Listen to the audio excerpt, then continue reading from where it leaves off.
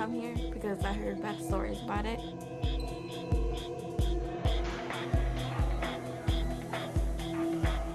I did hear that it was the worst school you could ever go to. That's where the bad kids went, and I didn't want to go there because I'd get, picked on or bullied or something like that. When I first came here, he pissed me off and I threw a chair at him. And I told him I was gonna kill him. All the kids at that point pretty much had been forced to be here. They weren't here by choice. Have a student come walking through the door that would just be on a bunch of uppers of something, and kick over a table, tell me to fuck off, tell someone else to fuck off, and then roll out the back door. This place was a zoo.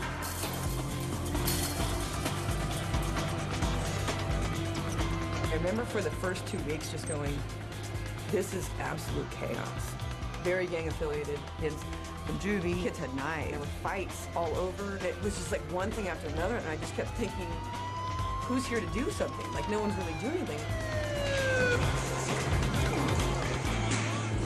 I kept saying to myself, somebody needs to get over there and help those kids.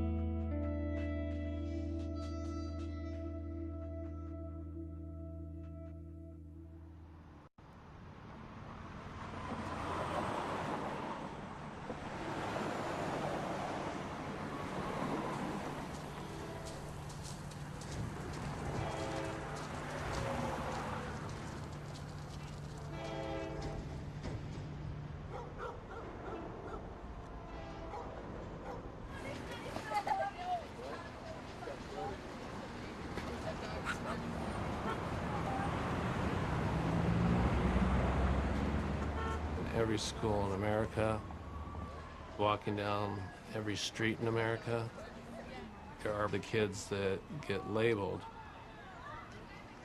The labeling of those kids is get rid of them. They're nothing but trouble. We're going to be paying for their welfare. They're all going to be in jail. Hey guys, how are you?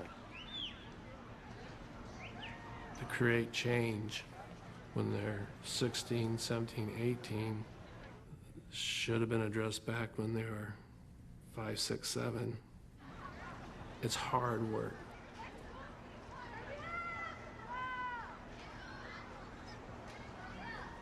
I mean, I don't think that they're going to come on campus, but if you have a visual and they start to walk on campus, definitely let us know right away because we can come out for that. Hey, Jim. I got to talk to you on something real quick. When I walked in, it was the most out of control environment I have ever seen. Jessie stopped me and said that she's out there accusing multiple kids. This is like obviously before we've got her contained, but multiple boys of rape. So BD's pulling her back in. So that, yeah. 100%. So the teachers here really cared about the kids, but the behavior pieces really took over the building. Hey, Cody's on campus. Cody is on campus. Right now? Yes. I don't want to be the first phone call. Start engaging these families.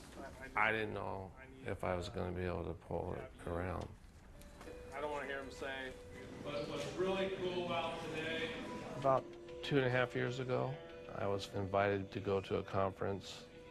I'd heard about the ACEs research, but really didn't know anything about it. The keynote speaker, he talked about complex trauma and what stress does to the brain. And it was so compelling. So let's see, where do we start? Think about this in your head. I want to know, have you or someone you know, this doesn't have to be personal about just you, I want to know if you've ever had trouble controlling emotion. If you often get super mad, easier than other people may get super mad. Do you ever find yourself spacing off when you need to focus? Like you feel the pressure of this thing needs to get done right now, and the more you feel that, the less you do? Frequent stomach aches and headaches? And do you get sick often?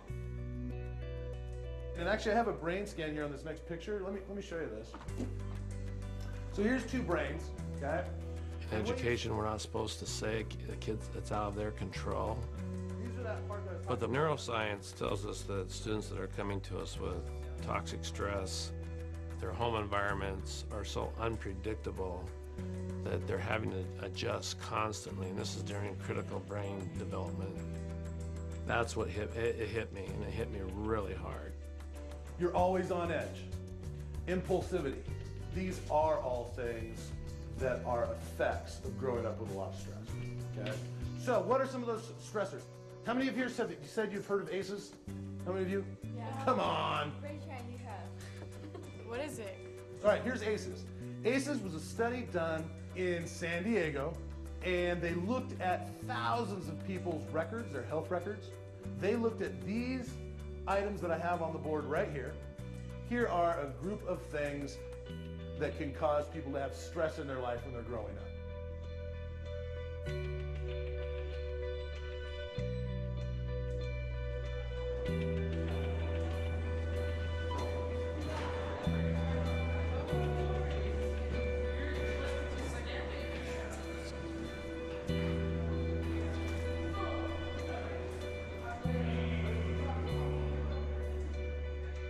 Things like divorce, alcoholism, heart disease, depression. Those are some pretty heavy things, right? Does everyone have their clickers? So on your clickers, click in how many of those, of the 10, how many would you say would be true for you? It's anonymous. Count how many of those are true, and punch that number and hit enter. There we go. Okay. So here we go. Look at this for a second. 13 of the 17 people in this room, this has been true of their experience growing up with at least 5. 4 of you were at 8 of these things that are true. That's crazy. What does that mean, you guys? What does that mean? This shows me that there's a lot of brains in here right now that are wired for survival, and that might just maybe emotionally be a little on edge. So let me go to this next thing then. Let me show you this next piece. I'm not gonna be different. I like the person I am. It's not what I'm going to ask. They're like asking, like, you know, you don't want to be like your family is, you know? Oh, Because- that kind Like that kind of different. I'm already different. Yeah, but check it out. You ready for this? Yeah. Because this is the part that's super heavy. Sometimes I don't want to even say because I think it's that heavy. You ready for heavy? So ready. 20 years ago, those adults would have been sitting here in this room saying, I'm so different.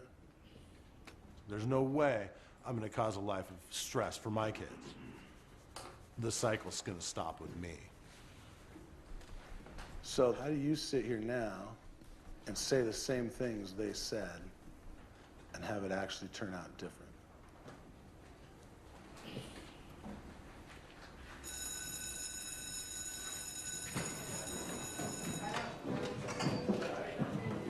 All right, see you guys. Hey, you guys. I love you guys. I love you, Indeed.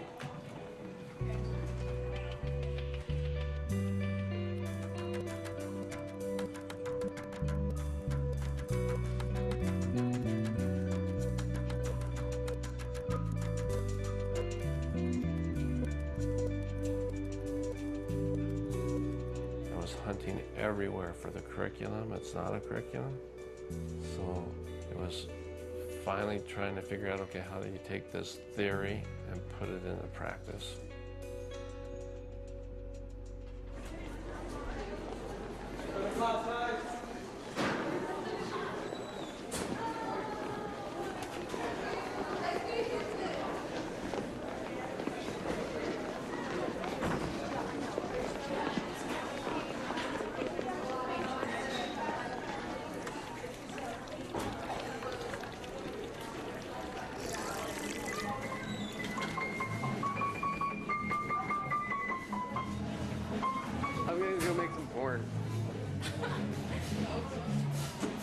I join? Sure. So what class are you in? Pottery. Pottery? Yeah. I do a video camera in pottery. Here, hold this. Because, fuck it, I have a video camera ever. Okay. I just have a problem with authority. Like, why do you even care what I do with my life? Because it's my life, and I can do what I want with it.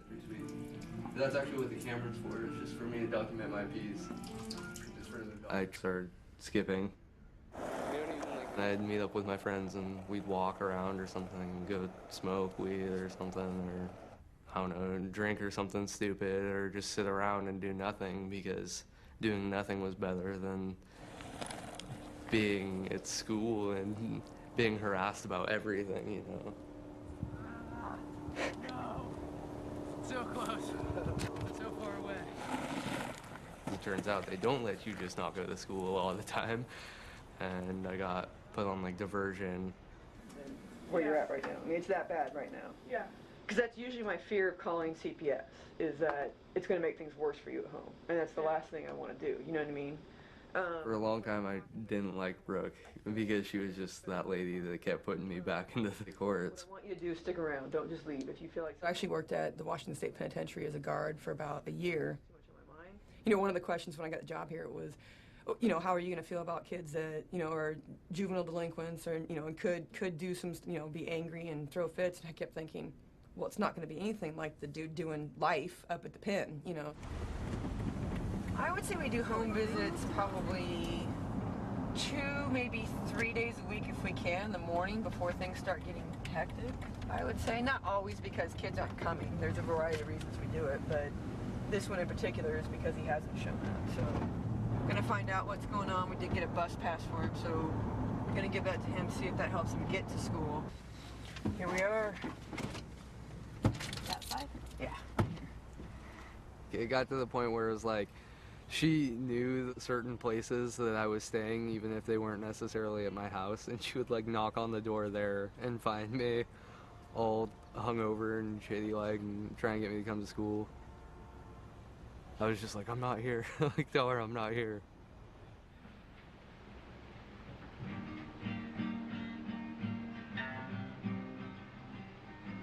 I was kind of put in this position where I either started going to school or I was going to end up being arrested for not going to school.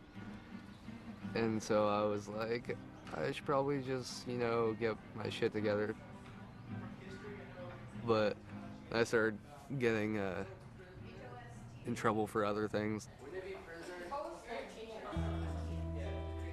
So I was in my computer apps class and I pulled the lighter out of my pocket. I have one young man that came in, he was flicking a lighter in class. I'm pretty sure that I said some pretty mean things, and I ended up in like sport leader's office. So I brought him in, I said, you know, I need your lighter, you can't have it at school. And he says, I'm not giving it to you. Well, no, like... I said, you know, let's keep it simple, just hand me your lighter. No.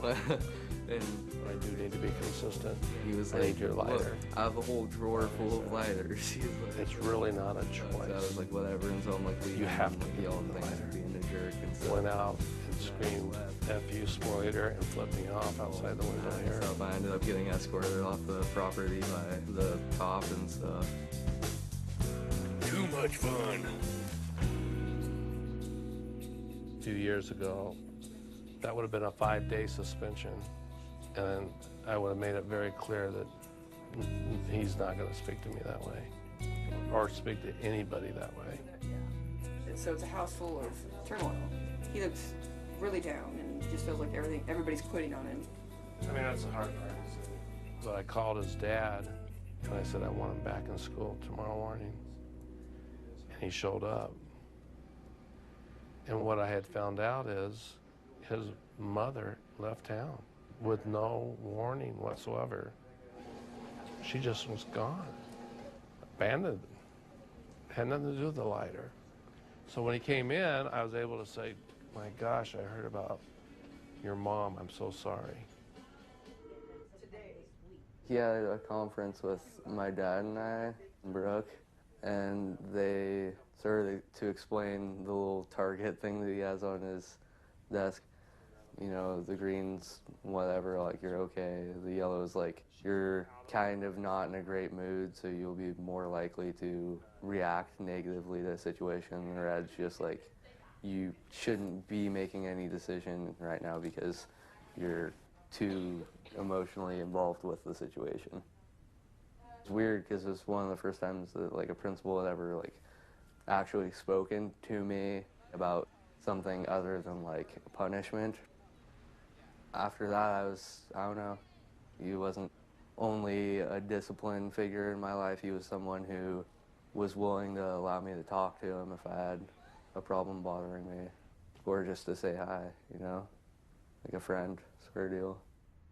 For rights, you have the right to a fair trial, the right to freedom of speech.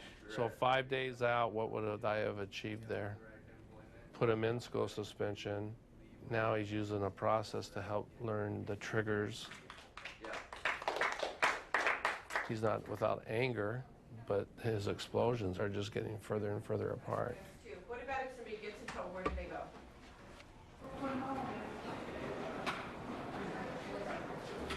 And so I peeled him off the ceiling, and we had a pretty good afternoon. But I would love to see if we could figure out a way. I mean, the kid's clearly calling out in every inappropriate way he can. Growing up in a real fundamentalist environment, a fundamentalist family, there's plenty to rebel against. And for some reason, I just got that rebellious bug as a kid. I mean, I was the defiant kid. His Facebook is just nothing but sadness and loneliness, and not the raging asshole that you might think it is. So I guess I've always loved the kid with some attitude, some kid with some FU in him. And I knew that this was the building that I wanted to be in, because this is where the kids with spirit and spunk, and this was where the kids that were just real. You know, they didn't have the desire or ability to cover up what they really had going on inside. Gordon! Fine then, be that way. Gordon! Say bye to the camera! Diana. For real? I'm saying that's $100 for me. That's more important. Oh, $100 You for keep you? 9, I get 100. Oh, wait, for real? Yes. I don't know that she's come into my room without yelling my name. Like, hey, Gordon! It's very almost Kramer-esque, her entrance, which is just her personality. I would fall like when those giraffes are, the baby giraffes are really born and they fall on the floor. That's how I would fall. Jump out of the swing. Oh. It's huge, it's explosive with joy, and it's explosive with anger. Gordon, at first when I got here, I hated his ass. I threw a chair at him. You can ask him. I got a chair and I threw it at his ass. I was like, fuck you. And then he was like, go to the office. And I was like, what? I was like, they're not going to save you. I was like, the school's not going to save you outside of school. And he was like, is that a threat? And I'm like, fuck yeah, it's a threat.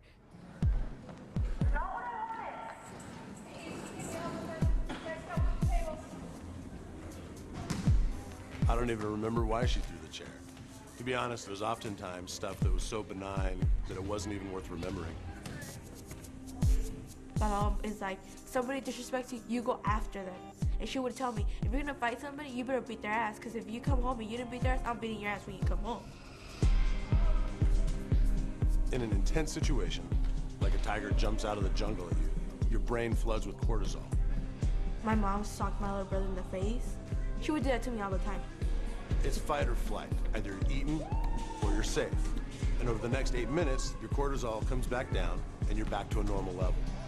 My oldest brother, she burned his hands on the stove. But if the stressor doesn't go away and you grow up in a home where you're continually threatened, He tried choking me, so I called the cops. then a brain starts to develop to always be ready for the next threat, to always be ready for fight or flight. He picked me up and he took me in his room and he just like touched me. It happened so many times. Rage, anger, anything could set them off. They don't know the difference between a real tiger and a paper tiger.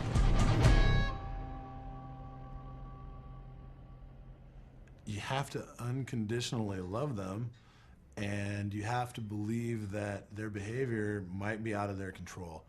And that piece is so hard for educators to swallow. And that pill is a bitter, bitter pill. It does not feel like you're setting them up for success when you know they're going to enter a world of hard knocks. They're going to have somebody who's signing their paycheck that when they tell them to fuck off, they're just going to fire them on the spot. They're not going to look at them and say, are you okay? You know, how's it going? Like, what's going on in your life right now? It seems like you're having a tough day today. Like, that's not life. They're never going to have that in life. But you've got to back up and say, okay, wait a minute. Grounded in research says the most impactful thing this kid can have for their future is a caring relationship with a caring adult that gets them and truly understands them. Diane is an example of a student that definitely has some aces in their life, makes some real positive changes. They're at critical risk, and then all of a sudden, she got knocked off her feet. So recently, like 3 weeks ago, I got kicked out of my house. ¿Sí me puedo llevar unas? My mom met this guy at work, and he's 25 years old. And I told her that he's a drug dealer. He stabbed somebody in California. My oldest brother's 21 years old. I'm like, he could be your son. She just went off on me. She was like, you're this, you're a hoe, you're a bad daughter. She was like, get your shit and leave. I'm like, dude, I take care of your kids, I feed your kids, I take your kids shower, I help them, I go to the soccer games, I do everything, I do homework with them. You need me, you can't just kick me out. And it's like, my mom was the only thing I had. My dad got killed when I wasn't even born. She's the only thing I had. And for her to abandon me like that,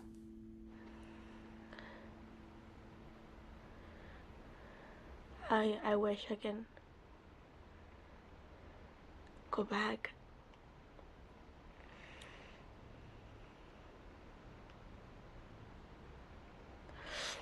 And never be born again.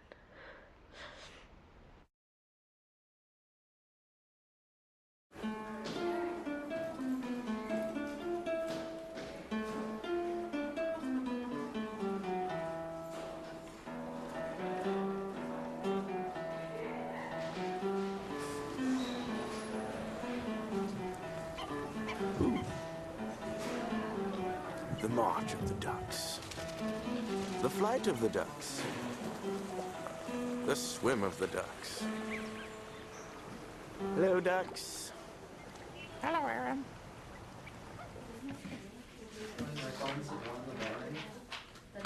I know I had a hard time fitting in. I don't really know about other kids. Going to school here, I thought it'd be better than Wahai because then I could just maybe go about my business unnoticed. Not have to interact so much. And in the beginning, I was able to just go about my business unnoticed.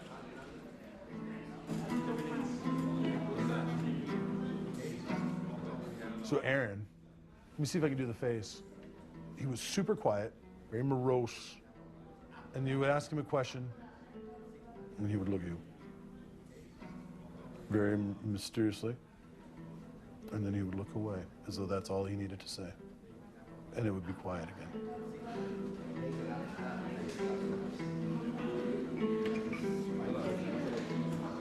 He would rather go unnoticed because he felt that we were seeing things that I guess in his heart he felt about himself at that time. Any kid, you can't just walk up to a kid and go, no, really, you're beautiful. All that's going to cause is more distrust because they don't see themselves. The first goal with kids like Aaron is just to get eye contact. Just to say something to see if I can get eye contact from this kid, build a relationship, and move forward from there. Okay, you guys, text to world research. And this is where it turns into college level. When I look at our kids, I think about this from time to time, and it'll just be one student in particular. And I'll try to picture them like 10 years down the road. Like, what are they going to do? You guys, let's head down and go down to the labs. Some of them I can picture, some of them I can't. There should be some keywords you guys can take out of the question and plug it into Google. I would like them to just be able to, have a family if that's what they want, hold down a job, just contribute and be happy. How would transplants That's the part that concerns me. That's what I said. Aaron, why are you filming? You're supposed to film anything. Not me. You're not filming me. Well, it doesn't. You better turn it off. I don't get it.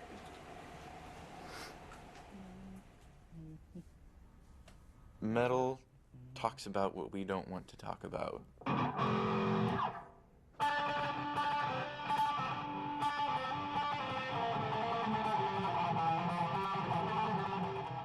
My mother's always been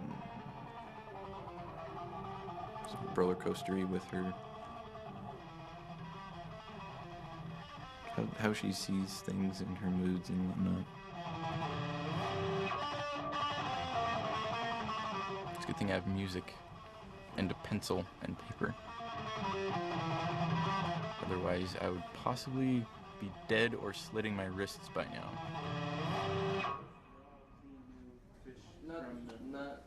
What if we could take these kids home and just show them what it's like? I mean, that's what you want to do. At the end of the day, you just want to take them home, but you can't. You don't. So you watch it. 2, 3, 4.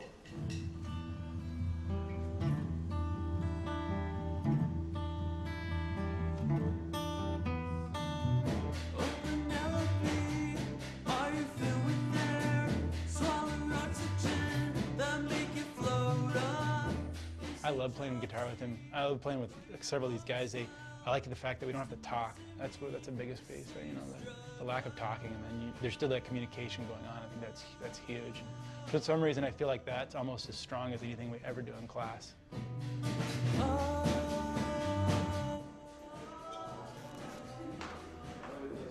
Academics is very important, but it falls in second to the person as a whole and making a better human being. Tools just for getting along and being able to communicate how they feel and advocating for themselves and just all these little lessons and positive encouragement.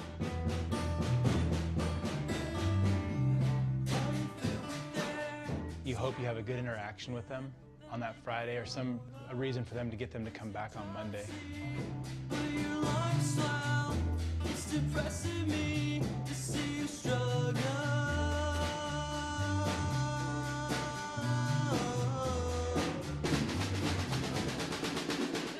Before here, I didn't want to get up, but I think from day one here, I liked being here, and I felt that I should be here.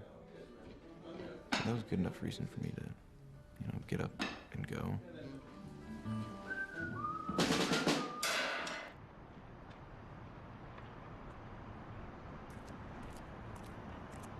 Before the end of the period. We move on to enzymes starting tomorrow, so we got to get this done. I skip Thursday. I'll do this, you do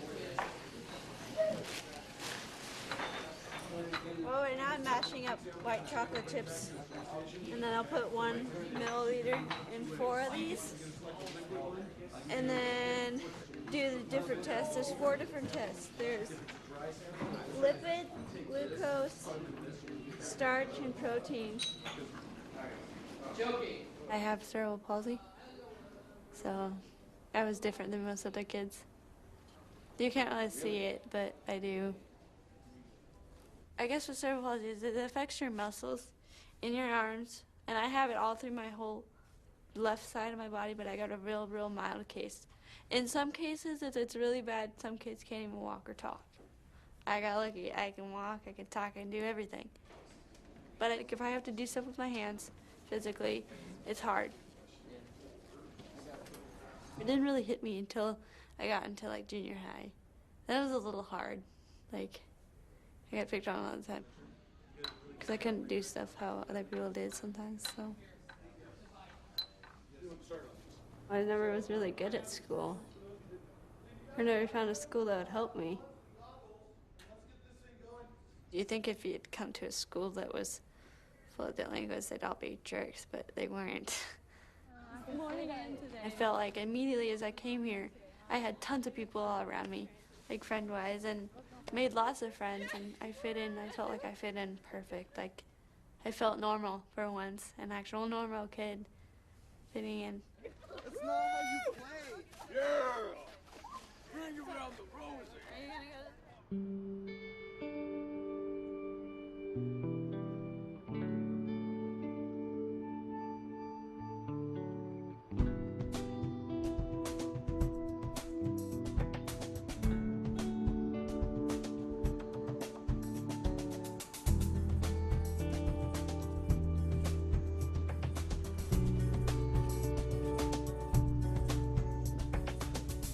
There's an obvious need for it. I was making all these referrals to these outside agencies, and where the ball would drop is when these kids leave, and I'm not saying all, but when the majority of these kids leave this building, their lives are so chaotic that it's unfair for me to think that I set up a 3 o'clock appointment out across town for you to get counseling. Why didn't you make it? Well, my mom was passed out on the couch. I couldn't walk over there by the time. I have no money for a bus pass, and no one else would come get me. I kept going, it doesn't matter if I make these referrals, and it doesn't even matter that they want to go to it. They don't have access. And so having literally walking out, 100 yards and saying, here you go, this is what I was talking about, let's get you connected right now, has made all the difference in the world. I mean, from substance abuse to counseling. I mean, I can't even tell you how many kids haven't seen a primary care physician for just a well child checkup since they were kindergarten. And if kids have a lot of stress, they make more stomach acid and they'll get really kind of upset stomachs where it hurts to eat. Let's see, and then I've got your vaccines, you're all caught up. And then remind me, who lives in your family? Mom, dad, brothers, sisters? My aunt and my cousin. Okay, gotcha. My parents were too young when they had me. My dad was, I think, 17 and my mom was 21. They were going to give me up for adoption. But my grandparents said no, because I was the first grandchild, so they just took me. So on the weekends, do you have someone to cook for you? Yeah. And you have food on the weekends? Mm-hmm. Good. What's bugging you these days? Anything that's kind of on your mind? Or? Like, everything is bugging me. I don't know.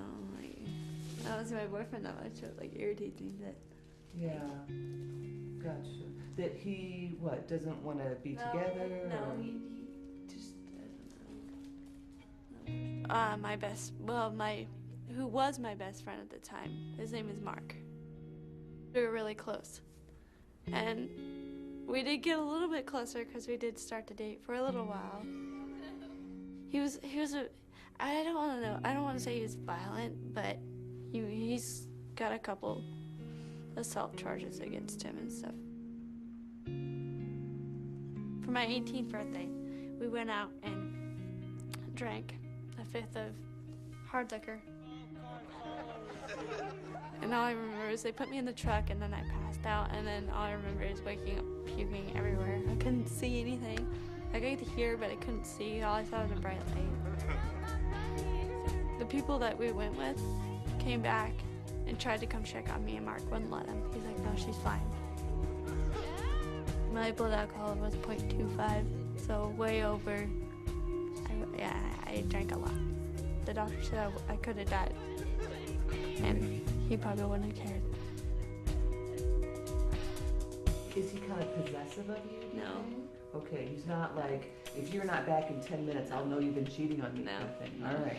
Okay, there are some guys like that. I would go crazy. I think the biggest failure we have right now with these young girls is not acknowledging how poor self-worth is.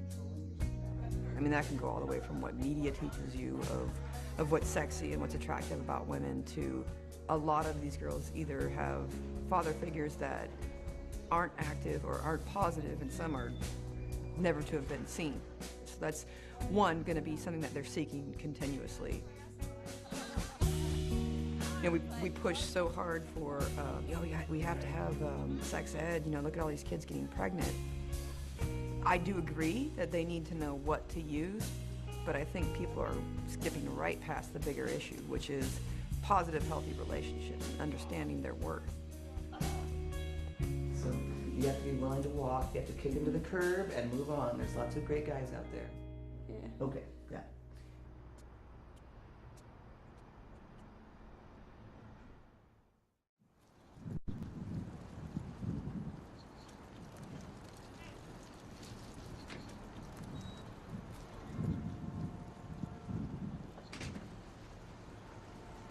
Lincoln sits right in the heart of the most active area in our community as far as assaults, gang activities, truancy, stabbings, murders.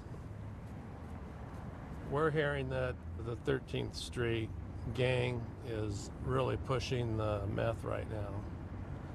A couple weeks ago, we had a car pull up in front of Lincoln. One of the people that's been selling meth in our area tried to get one of our kids. He was calling her over, trying to get her to buy some, and she said she was done with it. They were using meth in the car, and he took a puff and blew it in her face and said, "You'll be back, bitch." And unfortunately, with meth, it is so addicting that the road back, you just don't see kids coming back very often. So that's why I'm really concerned, as it appears that meth has hit Lincoln.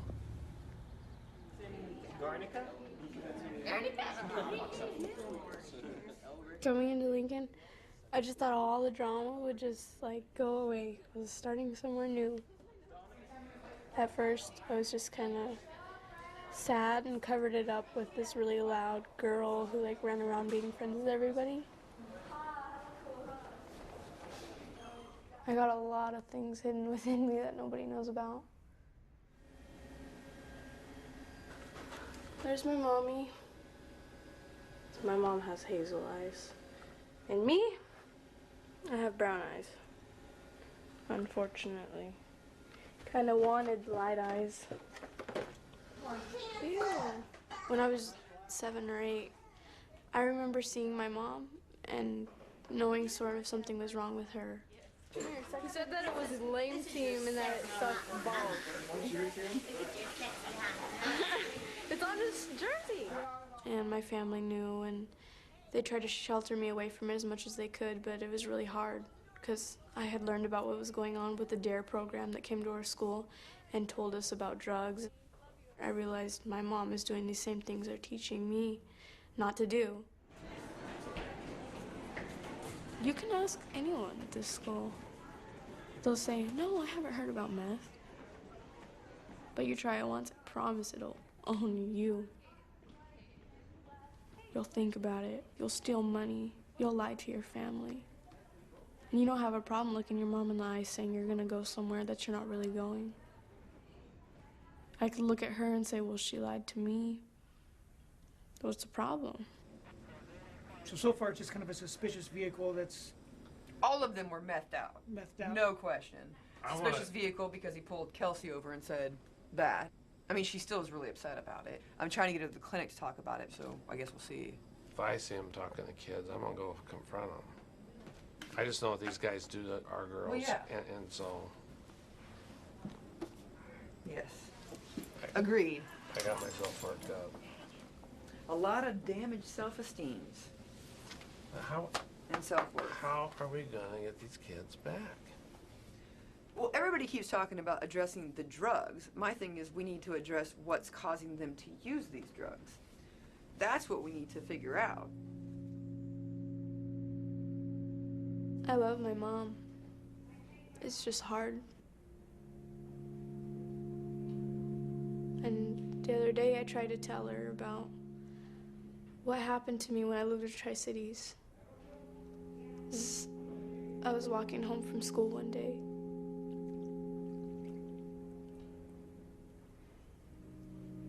And this person comes up behind me, and I was in 6th grade, 12 years old, and just grabs me, and I got sexually molested. And the guy let me go. and told me if I told anyone, he's gonna kill my family. He's gonna find everything I've ever loved and burn it down. And so every day after that, I'd walk past that same house and just cry and cry. Go to school, get bullied, come home every single day. And I had this big dog. His name was Harley. This dog was my only friend, our family's dog. And I remember one night, I didn't want to be alive. So I went into my closet. I left my room door open. I didn't lock it or anything, but it was closed, but I have a lock, but I didn't lock it. And I left Harley in the room, and he started barking really loud. And if he wouldn't have done that, who knows? I might not have even been here.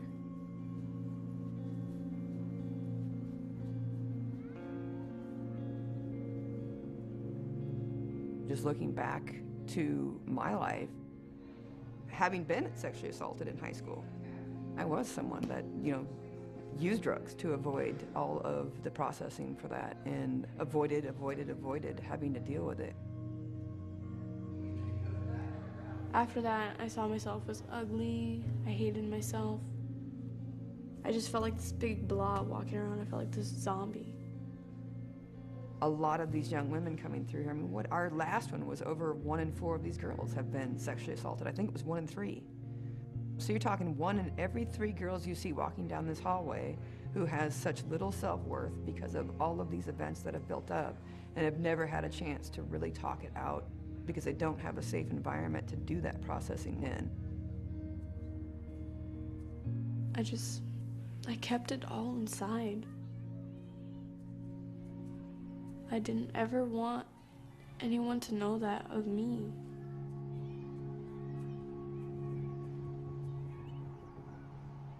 It's not that I'm judging you.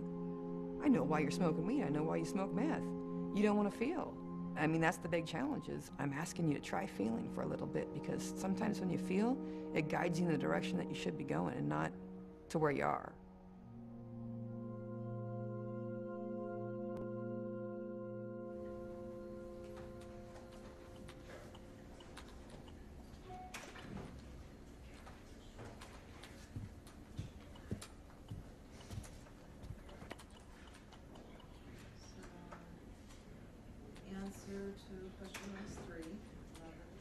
I was a little nervous, to be honest. The first day that I came here, I started the ISS room, and the kids were not for that at all. They don't like it because they're away from their peers, or they'd rather be out running around or whatever. But it didn't take long. Once they realized that, hey, I kind of like this person, so I'm not going to be, it really didn't take long. I think within that day, actually, I was winning kids over. That's what we need to do. The teachers were like, really? They're staying in there and they're doing their work? That's really unusual. My cousin, when I went to go visit Arverding, it was like this Mexican. I was trying to do better because I have to. I want to graduate. So I could use that one at the house. But everything else pulls you back. Have everything. The dresser. What time are we going to go? Diana was a frequent person in my room because of behavior. She's here for consequence, and she would come in and have to do her work and have the rules and whatnot of the ISS room. And over the years, we've just become very close. Shelly, like I would go and tell her everything. All the time I would go in there and cry. Can't find my phone. What's wrong with me? I got kicked out of my house. It hit me, like I was like, wow, this is actually happening. Where am I gonna go? Am I gonna be homeless? How am I gonna be? How am I gonna get to school? What am I gonna do? Because I have nowhere to go. Report on a student of ours of possible neglect and abuse. Okay. I am concerned about what the repercussions of calling CPS for this young lady are. I really don't want to have any backlash on it. Yeah, and that is. Brooke, she's like, I kind of called CPS, and I was like, I know. Exactly. It just got to the point where we felt like, gosh, this kid has nowhere to go. She has nowhere to go. Shelly was like, somebody's here to see you. And I'm like, who? He's like, it's CPS worker. They were putting her in protective custody, and that they came to me and said, you know, would you be interested in taking her? When kids are put in foster care, sometimes that experience is good and sometimes that experience is bad. I know that firsthand. I was actually in foster care as a child for a while, and I was in a great home, and the second one I was in was a horrible home. It was absolutely awful. And I'm like, is she gonna get into this horrible situation, or is she gonna have a good experience? And that's when me and Shelly got really close. She was like, I'll take her. And she took me. And then that same day, I ended up going home with her. All right. We about ready to sing to our girl. I gotta get my phone. Happy birthday to you. Happy birthday to you. I'm done. Happy birthday, dear Diana. Happy birthday to you. Oh my God, you guys. It's okay. It's weird. It's weird to get into it and learn how to get used to it. Little card over there to open up. It's okay, right here. Should right there. Well, maybe I will. You're so nice. Well, we mean it. We're glad you're part of our family. You can just see that some weight's been lifted off her shoulders. Position. She has those sad moments, though. It's not like a magical thing where it wipes everything away. Obviously, we know that. I mean, like yesterday, she waited until midnight for her mom to call her. You know, she just wants she wants her mom to care about her and show that. She never did call her, never did text her. That pain, you know, there's still a lot of pain there with that. There always will be. But it's the truth of the matter. You are looking at possible criminal charges just for skipping school. You can look at 30 days in juvie, and that's the point. We're trying to get you guys graduated. Here's the good side. Half of the student body had over a 3-point GPA. I'll show you a report card with that means that means most students were a B or above average. That's big. So here you are. This is more than 15 absences. You're down in the D's to F's. So when you're missing school, there's an obvious connection between your body not being in here and you failing. Because when you look at this, when you're here, you're A's and B's. When you're gone, you're failing. And that's it. And that's a big difference. Stephen, when he got here, so angry with society, so anti-authority, literally at the beginning, he would have been a liability to this community.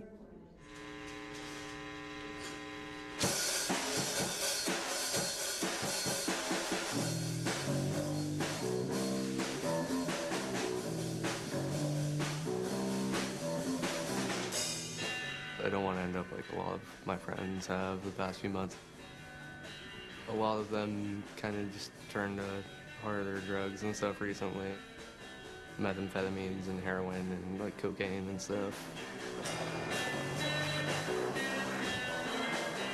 Some of the conversations that I'd had with Stephen were, you know, how is that working for your buddies? And it's actually not that bad, you know, so-and-so's staying at another friend's house in the basement, and you know, they just kind of get up, smoke weed all day and play video games. And I'm like, and that sounds awesome, doesn't it? And he's like, well, yeah, I mean, you don't really have to do anything. And so who's paying for that? And he goes, well, he gets food stamps, you know, however much in food stamps. And I go, oh, so he's collecting from the very government that you guys keep saying fuck you to? And he was, I mean, and it was that moment where he was kind of like, you know, and then he thought, he's like, well, God, yeah. And so the more we had those discussions where it was like, you know, it sounds like you're saying fuck the government, but everybody ultimately is either going to be locked up or, you know, living off of it. So maybe your choices so far don't work. And that's where it opened the opportunity to say, why do you graduate? Because then you can get a job and you can do whatever the fuck you want.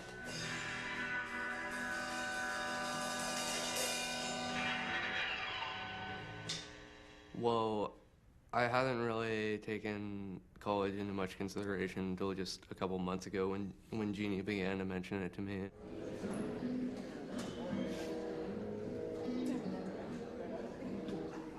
I'm managing to do well, and so it makes it look like there's a lot more options for me than when I was failing consistently because I wasn't coming to school. So we're going then? We're going? We're going. Part one. We're on the way. We are. Where are we going? We're going to Bellingham to check out Western Fairhaven. True story. Tuck and roll, baby, right there. Yep. This should be on you. On me. Turn that on. Spotlight. Yeah, spotlight. All right, let's do an interview here. Let's do this. You ready for this? Let's do some warm-up questions. I guess. Okay. Do some warm-up. Okay, where were you born? They've shown me a different side of like society itself, sort of deal. If they think that I'm not looking like as chipper as usual or whatever, then they'll offer me food. And, like one of our teachers bought me shoes last year, and that was really nice because I needed shoes and it was in the middle of winter. I don't know. What do you think? If you look at your life so far, what have been key moments in your life that you think have shaped who you are? I'd say my mom being diagnosed with bipolar, my parents splitting up, and freaking those two, I don't know what else. Being put on probation, I guess that changed a lot of things.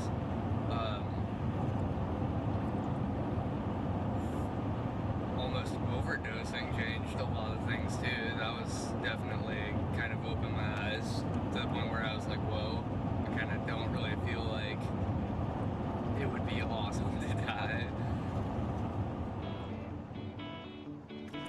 Here's Fairhaven. It's hidden by all these trees. It's kind of rad. Some sweet stairs.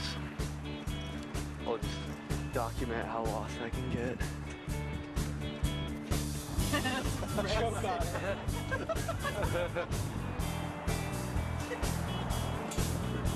I'm actually filming you putting the quarter in. I think that their kindness made it a whole lot easier for me to like learn things from them and actually listen to them and take their advice, because I was like, these are good people, why would I not listen to them?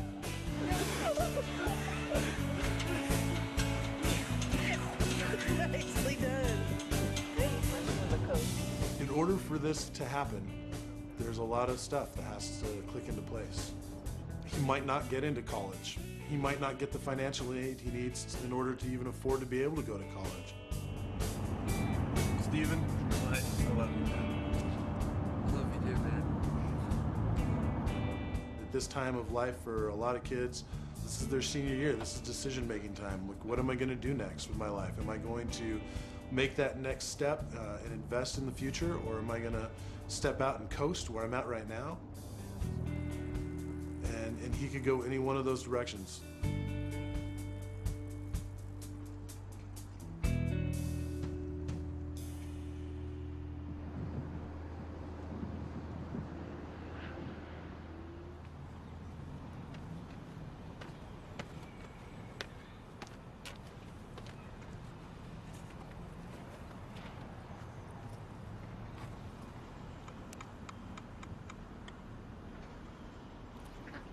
People don't always understand that even when you open up your palms and let your writing flutter away on the breeze into the clouds through the void, that you've given them a piece of yourself.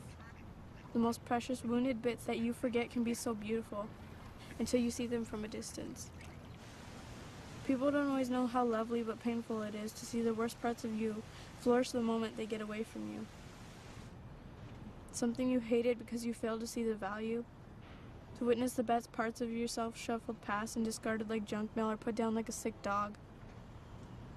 Something you loved dearly that you didn't want to see in agony, but you desperately didn't want to lose just to have it buried.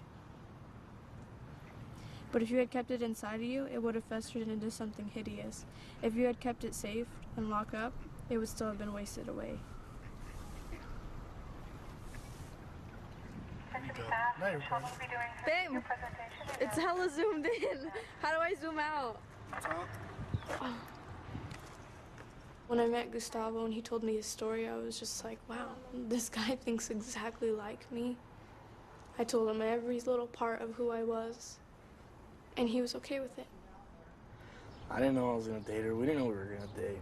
You know, we came from both different backgrounds. She was one of those quiet little gothic girls, and I was one of those loud, mean, bully, just kind of kids. Turned out better than I expected. The school counselor, Brooke, they asked her who she should recommend to work on it, and she's seen a lot of my work, so she said me.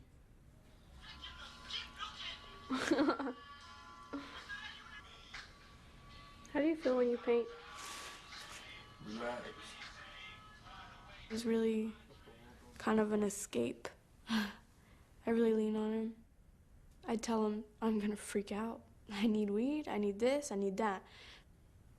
But seeing how much Gustavo's life was affected by the same thing with his family, he's like, everybody leaves me for drugs. And it made me think, everybody leaves me for it too. And I'm here leaving school, leaving my family, leaving him. My girlfriend, Kelsey, she's like, why do you get me so well? I'm like, 'cause I was raised by a woman.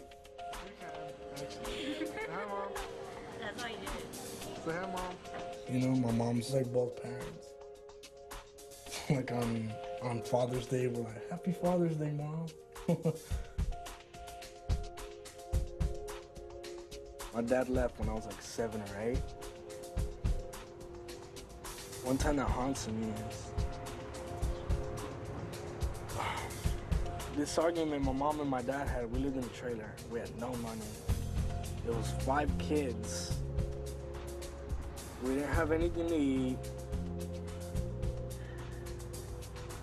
My dad came home after like a week of being gone. Mom told him, that's it, I'm sick of your crap, we're done.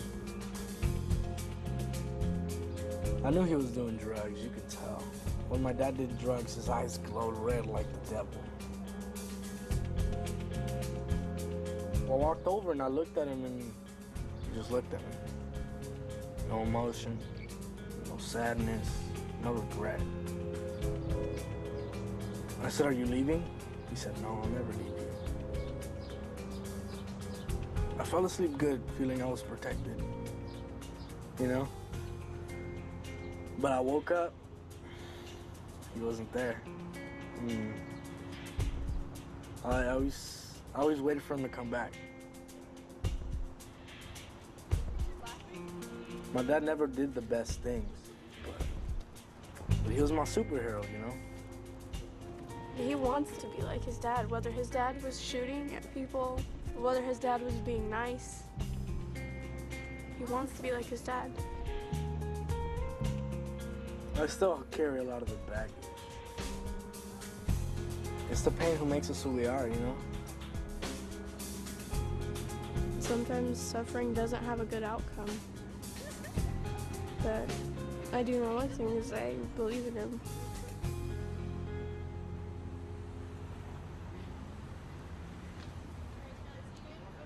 So, ready? On your cue, remember character. Okay? I really want you working on your character. What you practice is what you're going to do on stage. I was super introverted, and I was very sensitive. It was pretty bad. Step right up, come and see the amazing freaks, mistakes of nature, the strange and bizarre. We can call him Bobby Wilson, the boy who can eat his own face. That's kind of... I don't know when it all changed or what started the change. I just all of a sudden started talking a bit more to the teachers and the staff, and this is the first place that I've ever been to that I felt that they cared about me as an individual. Hi.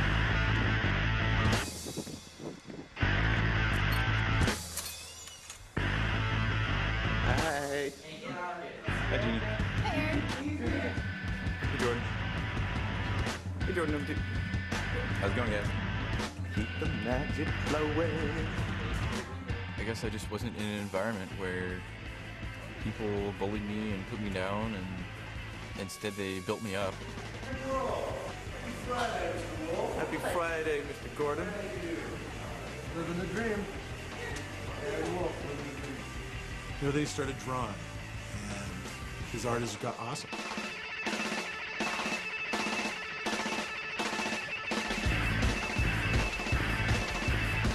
I did this one, and I did that one. And you can see him just kind of saying, hey, check it out. Here's a piece of me. Here's this cool thing I can do. I can draw. And it was awesome, and he got a lot of accolades for that. And that helped draw him out a little bit. The growth that he's even had this year has been incredible for me. Just to watch his confidence come back. I mean, he was so lacking in it before and so angry that all of the incredible qualities, I mean, that you see in this kid, you would never have seen. Welcome to the most disturbing show on earth. See the amazing devil girl? She is 5 years old and she's as evil as sin. Tremble in fear before the terrible, twisted nature of this horrible little girl.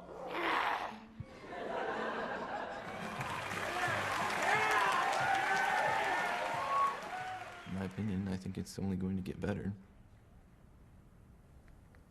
There's a lot of things I want to do.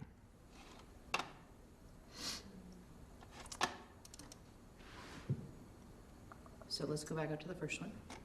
Okay. Dealing with adversity. So think outside of yourself. What would someone looking at you think, wow, that's a little bit different than maybe other kids have had to deal with? I mean, when you think about your aces, what are the ones that stand out? I can't remember all the aces. Is mental health a big one? Probably.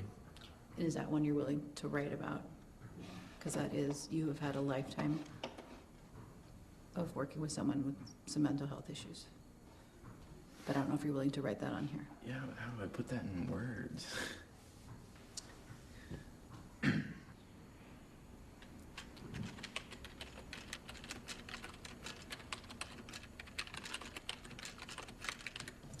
A lot of people applying for colleges, things haven't been that hard. They've had some little things, like they didn't make varsity basketball when they wanted to, and then they had to play really hard and work hard to make the team, right? But it's hard for you to be able to see that when you've only lived your own life. But think a little bit in terms of like, they're getting all these applications, what makes you unique? And this is one of those things. So if you're willing to name it,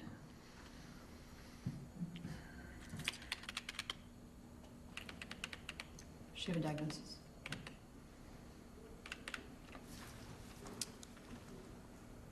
Porphyria. There we go. I don't know why that was on the tip of my tongue. Porphyria. Now, how do you spell porphyria? It's characterized by attacks of severe abdominal pain, peripheral neuropathy, and mental disturbances. All right, there you go.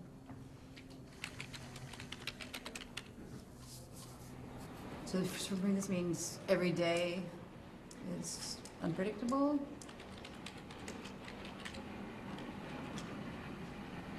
Every day at home is unpredictable. There we go. Responsibilities.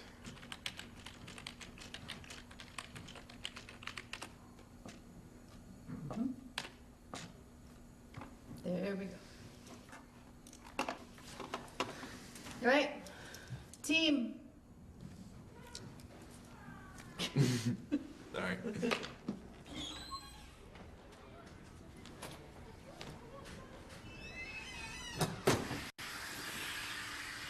This is out. See, I live out in the country, like out in the country, like. See. I moved in here almost 3 weeks ago. These are onions. Hopefully they don't like beat me up or anything. And that's my house right there. Who said I was gonna fall though? See, I'm on a bike ride. I feel like I'm happier because I don't have to think about every night, am I gonna get kicked out? Am I gonna eat tomorrow? Am I gonna be okay? Oh, look at the cows. Is that cow? I can't even say it. How do you say it? Cow. I'm not stressing so much about school and all that. Like, I'm not by myself anymore. I got a team. Can you help me, Senator? Please help her. It's hard. My grades, they were so bad at the beginning of the year. I had like so many F's. Well, this quarter, I have a B, a C minus, no, a C plus, a B minus, a B minus, a B minus, an A, and a C minus. Oh, what now? You see how badass that is? One thing that I realized though, like all my mom, my aunt, my grandma, they all had kids when they were 15, 14. My mom had my oldest brother when she was 15. And I'm the first one that's 17 has no kids. How proud I am of myself. It doesn't say. It says June 19th. Okay. And it's a hearing if the court finds the child dependent could result in permanent loss of your parents' rights. So I'm guessing this is like to take the rights off of her. So do you think you can hold it together through court? That's what I'm scared of. That's what I'm scared of. I don't know what to do when I see her. I don't know what's gonna happen. She gets to me. She's always getting to me. I feel like if it's not one thing, it's another thing when it comes down to her. It was like first trying to find her, and then getting to her papers, and then all that, and then she cusses me out, and then court now. Like I feel like and then people telling me all this shit she's been saying, like it never stops. She's still gonna be in my life. You can take me away to Africa. I will still hear about her ass. That one's going to take some time. I mean, that's a really heavy, difficult situation, and you know, like we've talked about in this conversation, there's not going to be a time where it's just done and over. I know, and that's how I feel like. It's never going to end. It's always going to be something. And so being able to manage it is going to be a combination of learning to accept what is out of our control and to focus on the parts of your life that is in your control. And the more you focus on the positive stuff that you do have and the direction that you want to go and all of that, the easier it is to let go of the other. It'll always be there, it'll always suck, but it doesn't have to swallow up your whole life.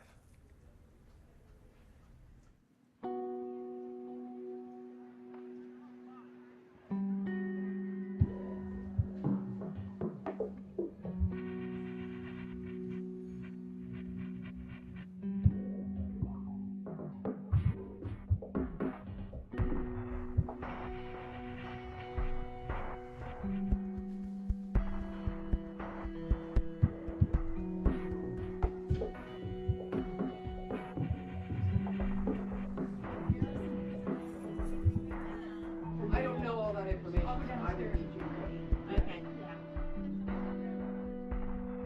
It was a hard weekend all around.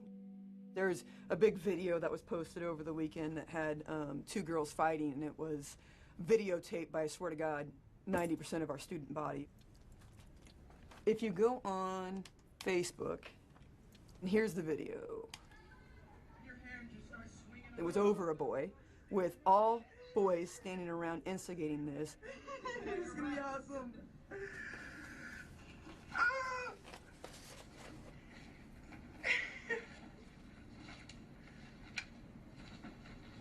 Greg, move! And it's like a 3-minute video, and I don't know if you've ever been in a fight. 3 minutes in a fight is quite a while. This is going on YouTube, bro. The heart-wrenching part for me was watching it and these girls not understanding that they're the cock in the cockfight, that they're the pit bull in the dogfight, and being used for the entertainment of these guys. I mean, it's just sick, man. Sick. Girl fights last forever.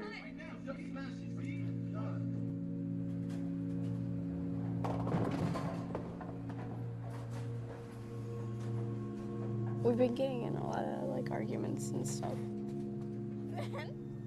I have a temper.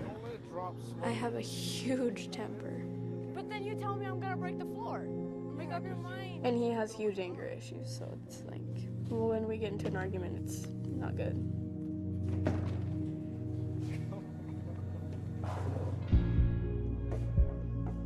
Recently, we've been having more downs and ups. We're at those points of like breaking up like almost once or twice a day.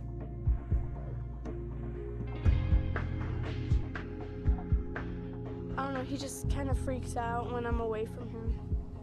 I don't know what it is, it's that need to always have me there. Whenever I'm not around her for like a half hour, I'm going crazy. I'm calling her and texting her and texting her, and you know, like run around the school like 80 times looking for her. I'll be like, where the hell are you? What happened? So we can't be separated. Teen love. When I talk with the guys and we start talking about, you know, why do you have to check her phone? Why do you have to do all these things?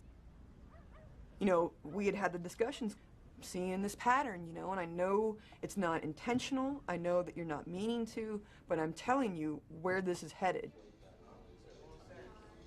I was in class, and there's these specific girls, there was 5 of them. And they were just talking, and I heard my boyfriend's name. Oh, he's like in love with me, and he said this about me, and looked over and started giggling at me to see if I was listening. I could just hear him constantly giggling and talking, and just keep provoking. And as soon as I got out of class, I waited out there. And one girl came out, looked at me, and ran. Let's go. And this girl I'd already had a problem with. I was like, is that all you do, is talk about Gustavo? I'm like, is that all you can do? She was like, shut the fuck up. Everything in me just went off. And I knew I should have went to go talk to someone, but I didn't. And I just hit her. Like, it was the first time I've ever actually wanted to like hurt someone. But while I was doing it, I was like, what am I doing?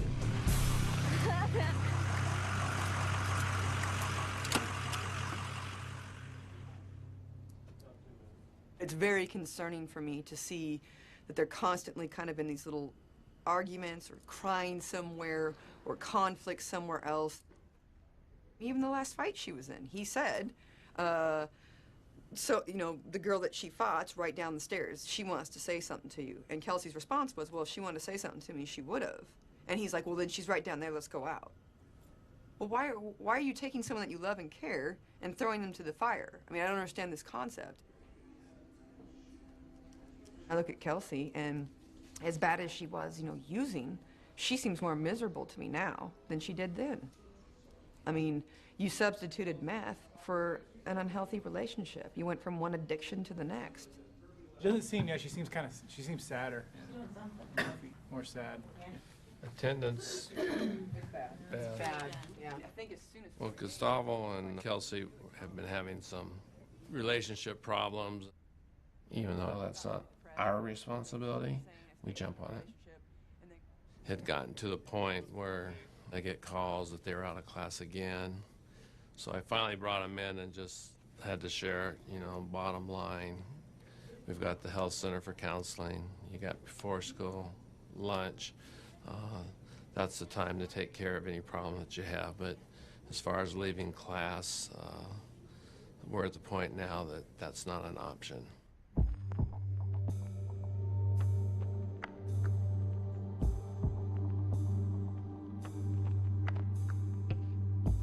I asked them to take care of it. Yeah, I'm working on this mural. It's still holding them accountable. They still have to deal with the consequences, but they're still loved and accepted. For a lot of these kids, that chaos is comfort zone because it's so familiar. You came to see me. And it's so hard to ask a lot of these kids to trust you enough to step out of their comfort zone and try something new that you may not see the reward instantly, but it's there, and you just got to give me enough trust to get you to that point. We gave each other space. We don't hang out every day like we used to. But I just really want to be able to talk things out with him. I don't want the screaming, I don't want the yelling, that really takes its toll after a while. Have that kind of anguish inside and are able to talk about it, so. It's encouraging for me to see that they've stopped at a point where you're able to intervene before you get to that level of violence and complete control. I hope more people are having those conversations with them, so it's not just, yeah, Brooke's kind of crazy, she just says weird shit. I hope it's coming from a lot of different angles so that they put more value into, well, I like Gordon and I like Spore Leader and all these guys are saying it too. It's not just a chick telling me, it's guys saying it's not okay. It's really not okay to feel that way, and it's not okay to control. That conversation needs to happen.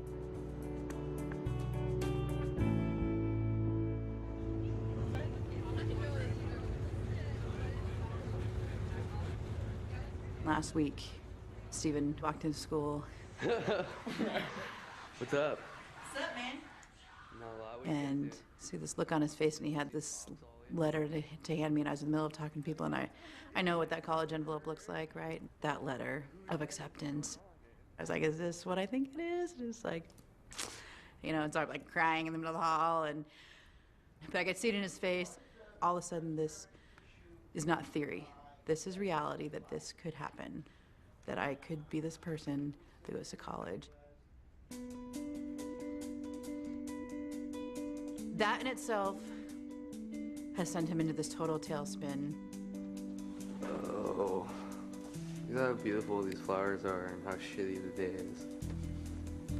A terrible day. Of course, his coping mechanism is every night drinking a ton, smoking a ton. It's like I don't even know if I'm actually going to college yet or not, so I've thought about it, not even like being worth it, but it's like, whatever. I just need to do something, I guess. I'll figure it out. Does anyone have any questions on this? You guys have all done one round of this for the most part, right? Steven has gone AWOL from school, kind of, right now. What's going on? I kind of want to shake him. Just want to grab him and shake him. So,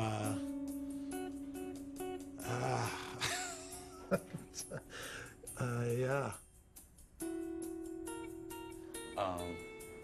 Well, no, yeah, I don't have anything on the computer, or a video, or a three-ring binder, because things have been somewhat chaotic as of late. So I will be just speaking. In other words, winging it. I actually probably have more stress right now about Aaron getting to college than I do about Steven getting to college. As far as I know, they haven't received my ACT scores yet, but... It's taken him forever to get his stuff done for college. Like, I've just been freaking out that he's even gonna finish. We see when kids start getting close to graduation, they bail. They will absolutely sabotage themselves with one credit left before they reach graduation, because I can't imagine that the idea of, they know what the real world is like, and even though we've created this really great place here, they know that that's about ready to end in a matter of weeks. And then we lose our kids in that senior year. They melt down. Then these layers of guilt set in. I don't think I can go that far away because I need to check in with my mom. My dad has glaucoma and it's getting worse. Yeah, he drinks, but I'm like the only person that checks in on him.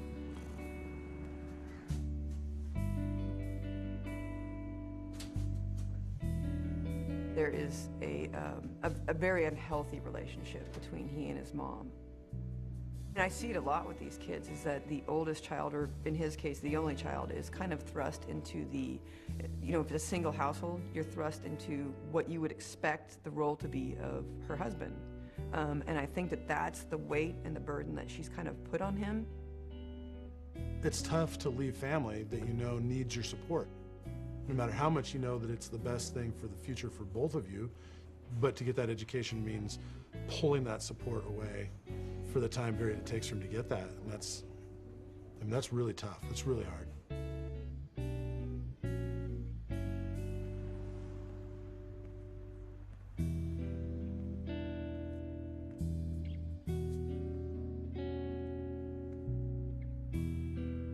You do everything you can. And it's not like I'm like wanting him to live this dream that I have for him, that he's got to go to college. It's not even about that. It's just about how he feels about himself.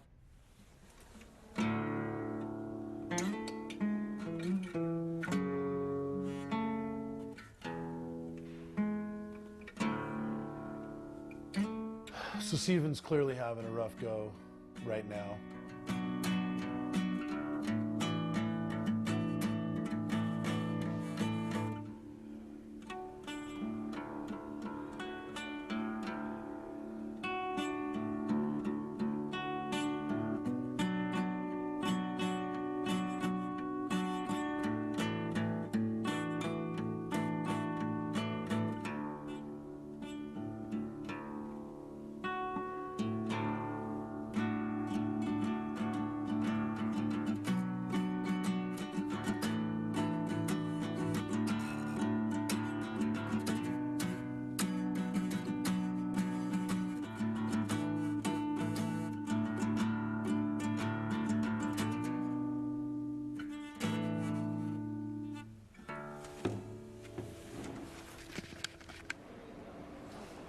Frickin' romantic comedy ending, and it's just not, I don't know. Something has triggered them, you know what I mean? Other teachers warned me that you're on this trajectory with the kiddos where, you have these massive successes and they're going to crash after those. And part of you doesn't want to believe it. You're like, no, this isn't going to happen.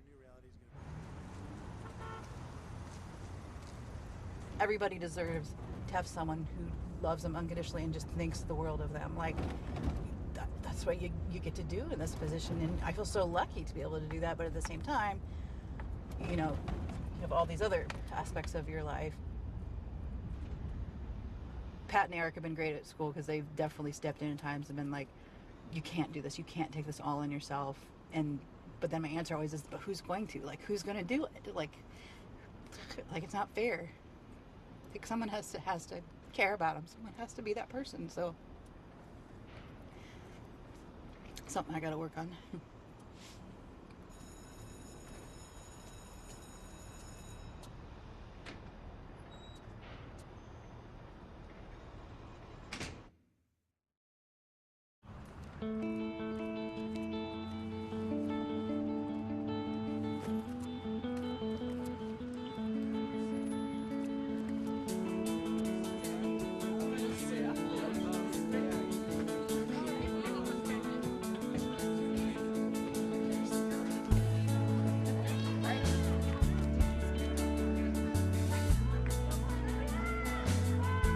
One of the biggest questions kids are asking me right now and freaking out about is whether their cell phone's going to work while they're up there. And how far can we ride on the bus before it's going to die? And I keep telling them, you'll survive without a cell phone. We did for years.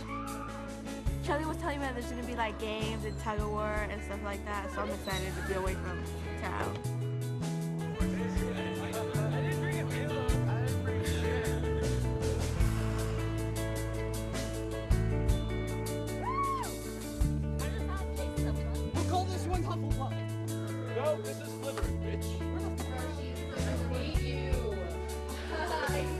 Actually putting strawberries around the cabin. See if I could bring in the bear tonight. Keep people from leaving the cabin. Yeah. Oh, fuck. So good morning, you guys. I'm super psyched about who's here today. So here's what makes it work. This weekend, we are going to set up scenario after scenario that's going to push you just a little bit out of your comfort zones, okay? Participate, like just try it. And if we can get the whole group of you to flap your wings and bark like a chicken together, there's camaraderie in being dumb together and being embarrassing together. And so that's the challenge I'm going to throw out for you guys this weekend.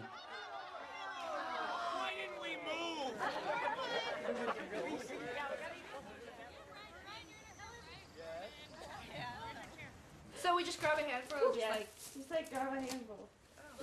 So red is things you're passionate about. Green are things about your family. Orange, your pet peeves. Purple, your strengths, and yellow, your greatest fears. So who wants to start? So I'm gonna do yellow. One of my greatest fears, not very many people know this about me, but one of my greatest fears is, I guess, ending up alone, like never finding anybody to love. I don't know why that's my greatest fear, but it is.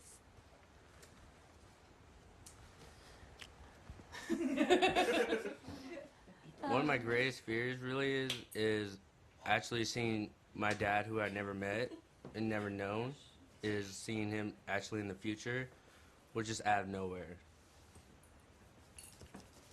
One of my greatest fears is losing my mom during one of her surgeries. One of my pet peeves is seeing people like downtown judge Lincoln kids without knowing who they are, and they'll do like a little shake their head or something, and it drives me crazy. I just want to be like, really? You ever walked in this kid's shoes and know what his life is like? Really? You don't get to shake your head. You don't get to shake your head. My biggest fear is just being rejected by the whole world. Just not given a chance to see who I am. Just rejection.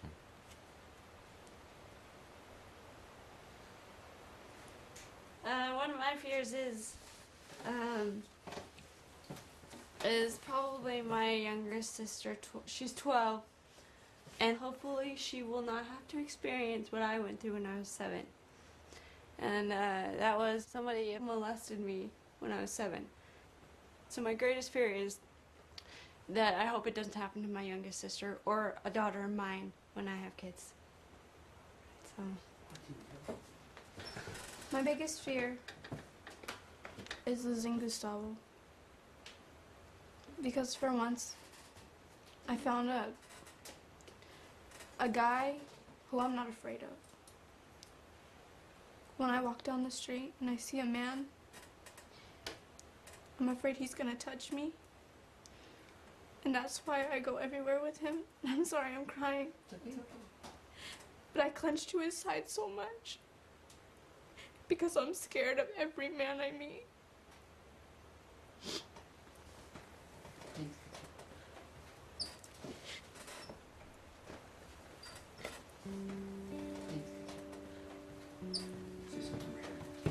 Thank you.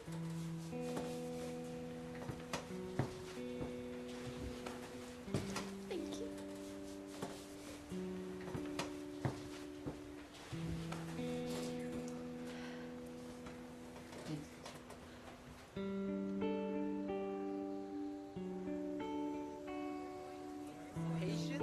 I honestly was so afraid to open up. But almost everyone in the cabin I was in when we were doing the Skittles came up to me later and said that they were molested also. It kind of broke my heart in a way, but it made me feel like I wasn't alone.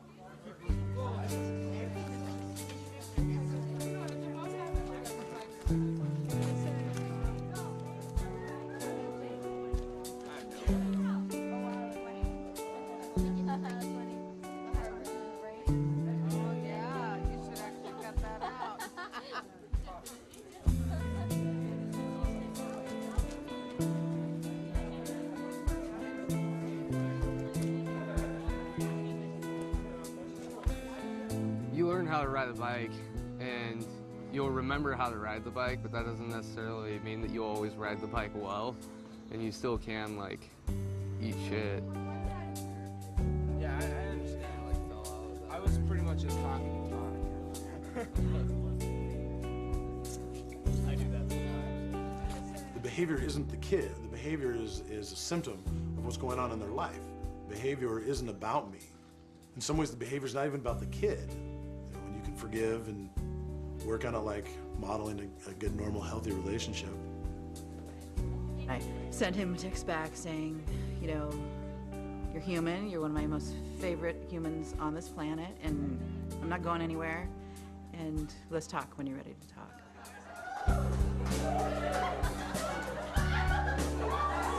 October cheerleading.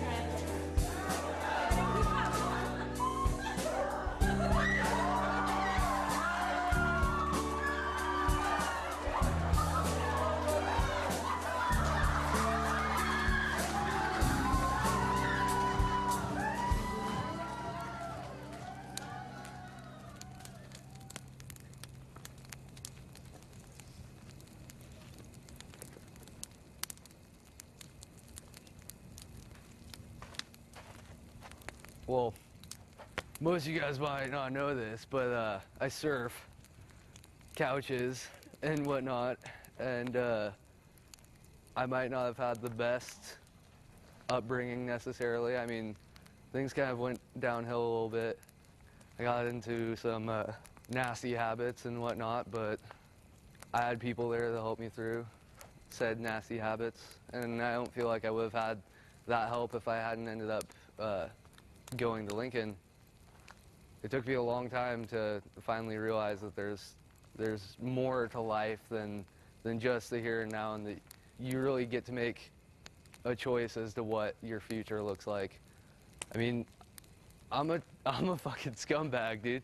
Most of the time, I'm not that great of a role model and whatnot, but I got accepted into the colleges that I want to go to. I'm gonna do it, and I feel like if I can do it, all of you can definitely do it. I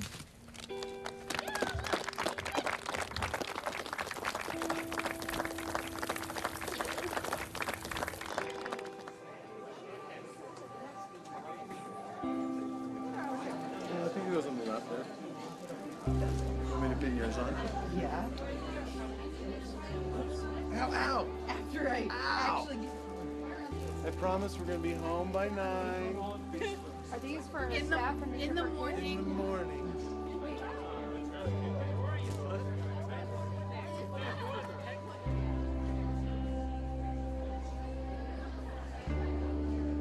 I see our system really judging kids on their outward appearance and how they react and behave versus trying to find out what the cause is. It's the pain that these kids carry within themselves. You know, it would be easy to take the route, just let them fight, suspend them, and get them out of here. I mean, that would be the easy way out.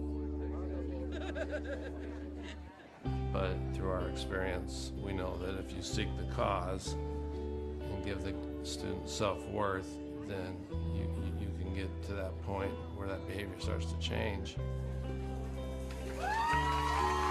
Everything these kids have to go through to get here. I'm blown away that these kids get up and come every day and are willing to engage with us. Why do some of them make it and why do some of them not? I like to think that I got to contribute to some of those kids that make it, that they had that 1 or 2 or 3 people in their life that didn't give up on them.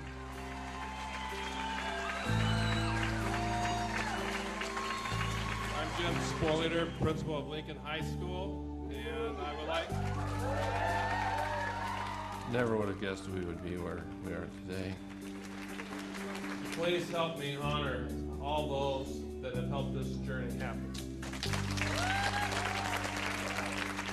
The beauty about ACEs is, though the outcomes are incredibly accurate and predictable, with no interventions, there's tremendous hope with interventions. Maternity, there you go. It wasn't until she had already become a leader on ASB that she had this crazy story of previous life experience being picked on and silent and everything that did not make sense in my head from this woman that was in my class. There's a reason that she's walking out of here with help holding the stack of awards and accolades for the work that she's done here. I'd like to introduce Stephen Garduno. This 4-year journey through high school, he's had a lot of twists and turns. It hasn't always been easy, and I think you'll be the first to admit that. And here we are, senior year English class. Stephen's the guy who's causing me to argue with myself on the story in English class. He's engaged me at a level that I haven't been to for a while, and he's going to go to a 4-year college. He'll be challenged there, but he knows he always has us. So back up. Stephen Garduno.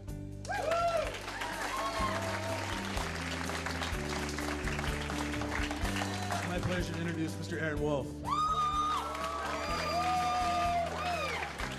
Today, Lincoln graduates a young man that is talented in music, art, and theater. He'll look you in the eye and speak with confidence. I have great value in the conversations that I've had with Aaron about life, what it means to be a human being, what it means to interact with other people. Aaron, I'm absolutely looking forward to seeing where life takes you, because you're going to change the world. Congratulations. My greatest announcement is to welcome the class of 2013.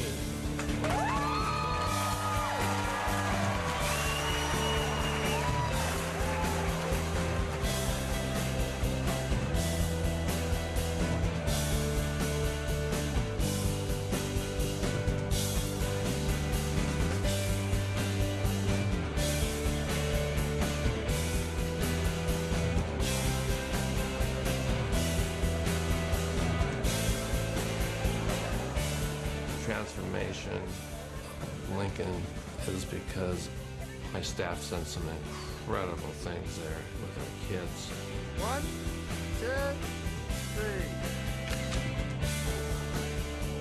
3. Non-judgmental, loving them unconditionally, wrapping support, and then teaching them these are the people that teach you the resiliency and to become the person that you were meant to be.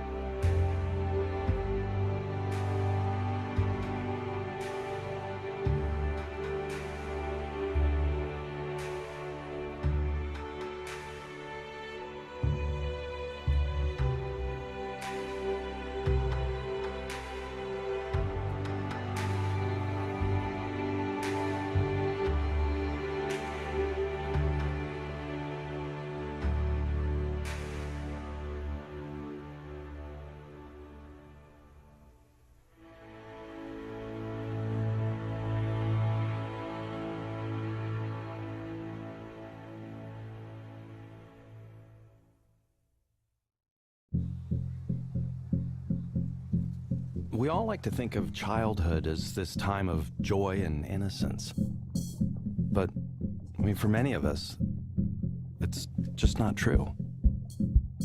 When you grow up in these type of situations, it's not something you talk about. I know I didn't.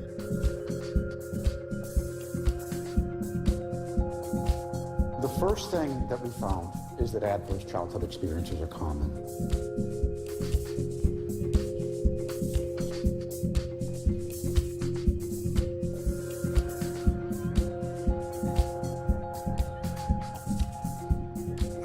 Kids are young, they don't know what's going on, they won't remember anyway.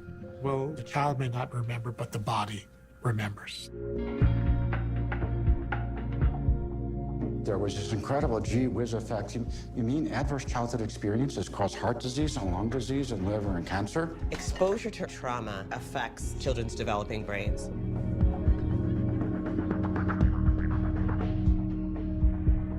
The impact is on your behavior, it's on your heart, it's on your DNA. Like, how do you deal with all that?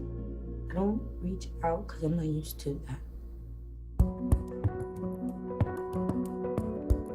We have a whole new body of knowledge now that could open up what we have up till now been seen as intractable, unsolvable problems. No child should be punched or kicked. No child should be punched or kicked. If you can get the science into the hands of the general population, they will invent very wise actions. Do you feel like any of the interventions have been making a difference? They've made all the difference in the world. It's there, it's possible, and a defeatist attitude is completely disconnected from what 21st century science is telling us. And we should be going after that like a bear.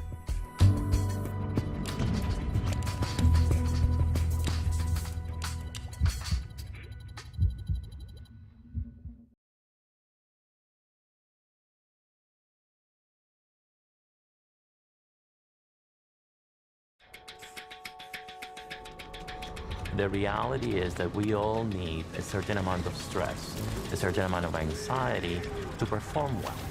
If we don't care about that exam that we're gonna have tomorrow, we'll probably fail. If we're gonna cross the street and a truck is coming at us, we have release of adrenaline. We have release of a hormone that we call cortisol. We want to jump out of there, and adrenaline and cortisol are going to help us do that. So there's that good amount of stress. But if all day long you're feeling like a truck is coming at you, day after day after day, that's going to take a toll on the body. And the amygdala obviously here has greater activation. Yes. In the PTSD. We were able to image children that had experienced trauma and compare those brain images with children that didn't have an experience of trauma and didn't have symptoms. Right, an exaggerated fear response. An exaggerated fear response. With decreased activation in areas that we need to control that emotion, in the frontal areas. Exposure to early adversity and trauma literally affects the structure and function of children's developing brains. So the kid next to them hits them, or the teacher reprimands them in a way that they're uncomfortable with, right? Literally what they're feeling, that activation is like there was a truck coming at them. You can give something that will mask symptoms, right? For example, if someone has a cough, right, you can give them a really strong cough serum that will suppress their cough. But if it's because they have tuberculosis or lung cancer, then what you're doing is merely masking the symptoms while the disease process continues to fester. We know what's happening in children's brains and bodies with the experience of toxic stress. So the question now is, what do we do about it?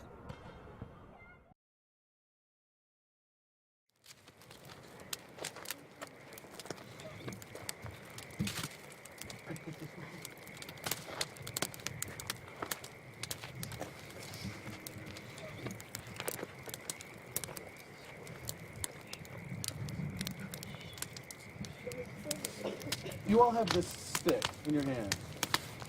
And if you feel brave enough, the idea is to come up and give this stick some meaning. So I guess I'll go first.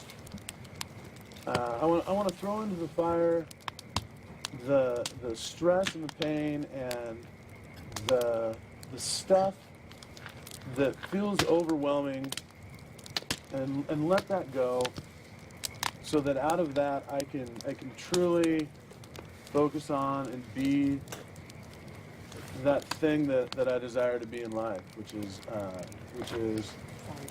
someone that can stand in front of the classroom and connect with all of you.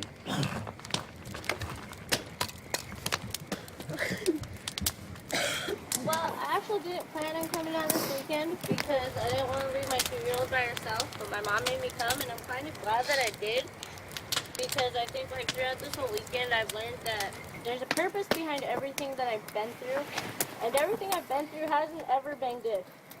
But because of that, the people here now, I can see what they've been through, and I can help them that much more because I've already been through it. So here's to finding a purpose in everything wrong that has happened. This is for all the bullying that I went through elementary to middle school, and I hope that can make me stronger emotionally so I can help take care of my sister, because she's really important to me. Since I came to Lincoln, I felt like I've had a second home, but really it's like my main home because I don't like the one I have, really. And all you guys are just great and so accepting, and I love all you guys. Thank you. So, I figured out I was gay. I didn't tell my parents till I was about 26. And my mother sent away for my birth records because she thought something must have been wrong with me when I was born. So this is to being okay with who you are from the day you were born. So this is to the people that I bitched at and fucked over. Like, Gordon, I'm sorry for throwing that chair at you in my freshman year. I was, like, trained to be a bitch, you know? I was never shown another way. So this is to people that I fucked over.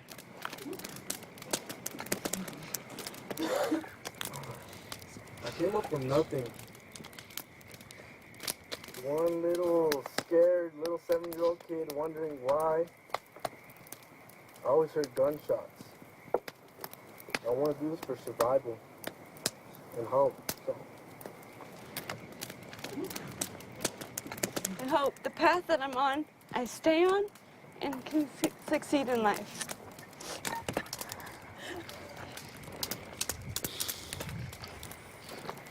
This stick is forgiving myself because what happened to me I had no control over.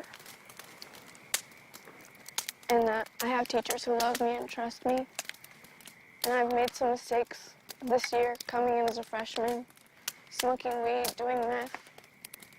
And I hope that all you can forgive me if I ever hurt you or said something that hurt your feelings or made you think about something that you didn't want to think about. And I know it may seem like I distance myself from all of you guys and I'm only with my boyfriend all the time, but you guys can always come up and talk to me because I'm open to talk to any of you guys, and I'm sorry for anything I said that may have hurt you.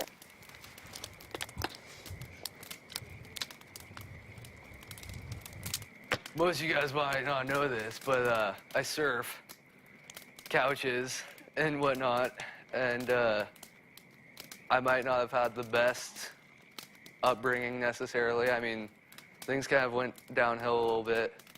I got into some nasty habits and whatnot, but I had people there that helped me through said nasty habits, and I don't feel like I would have had that help if I hadn't ended up going to Lincoln.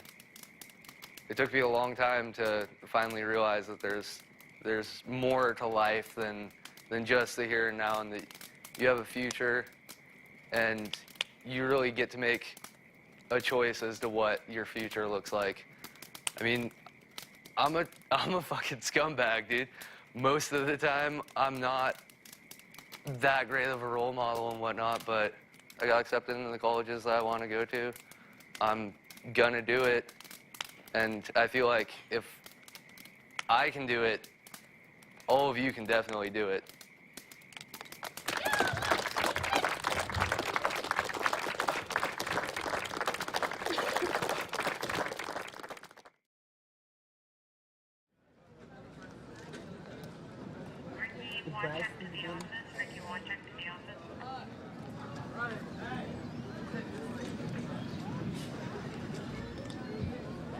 All the chromosomes are all clumped together on one end, and then there's like 7 whole cells.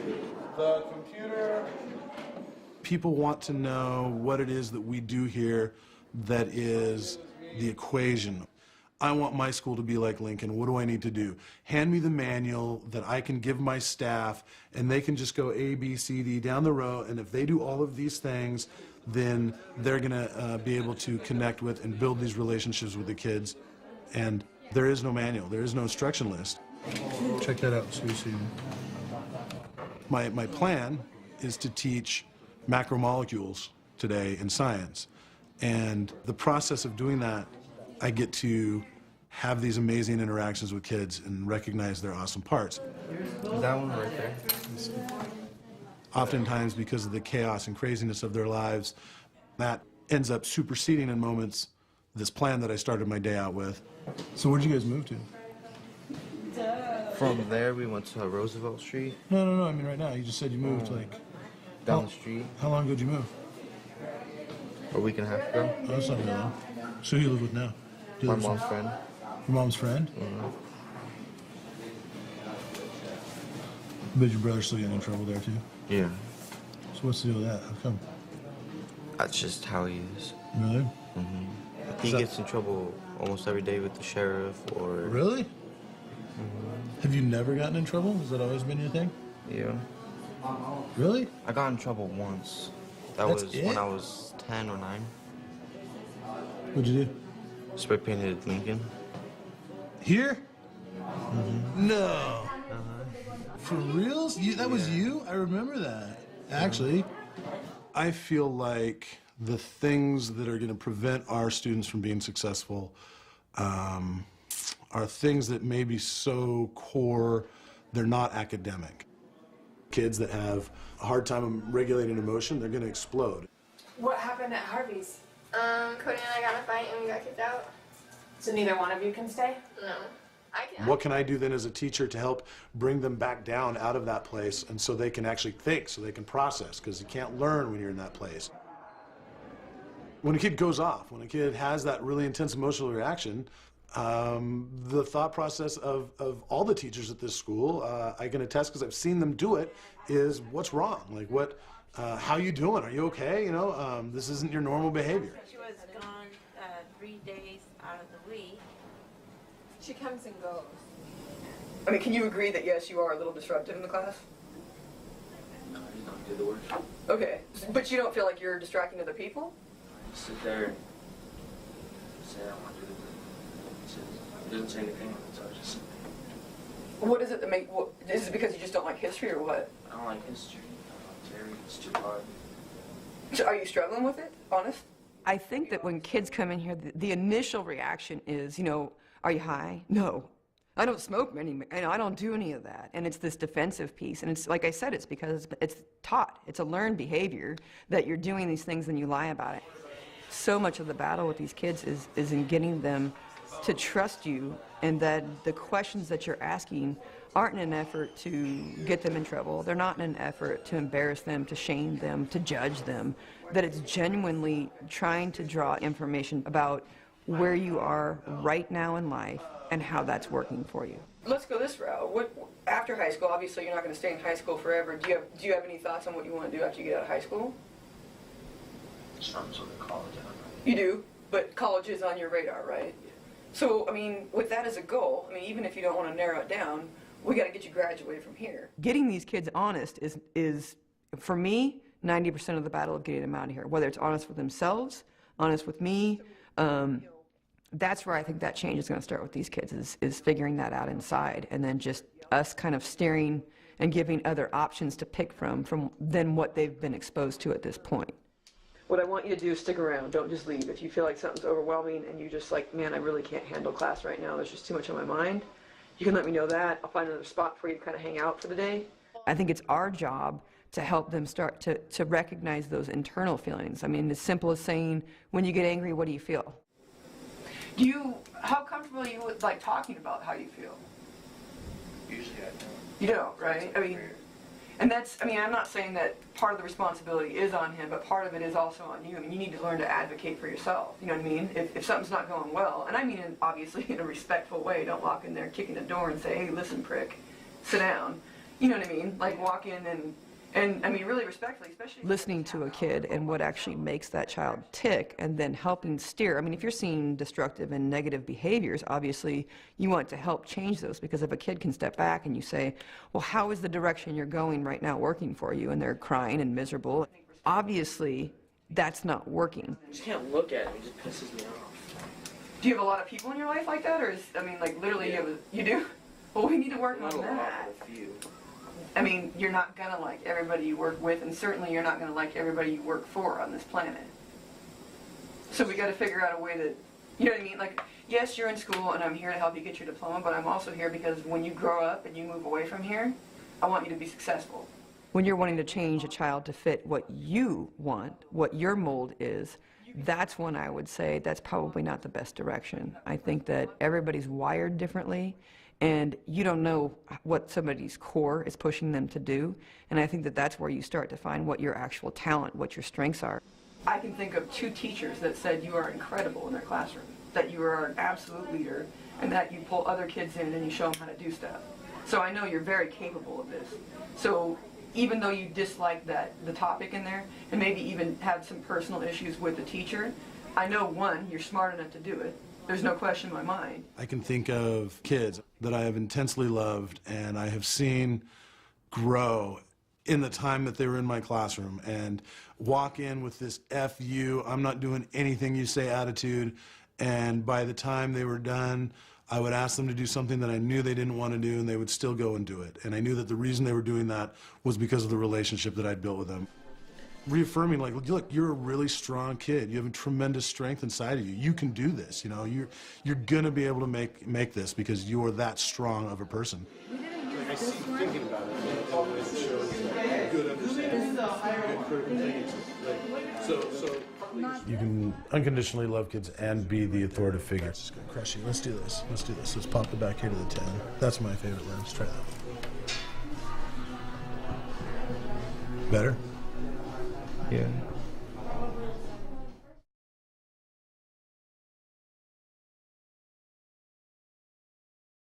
The great news of trauma-informed care. It means that we can work with people who are incredibly poor and incredibly under-resourced, who believe that nothing can change, that the cycle of poverty can't change. We can work with those people. This is Kelsey, and she's my little great niece, and Kelsey, how are you? and she's been living with us since last year.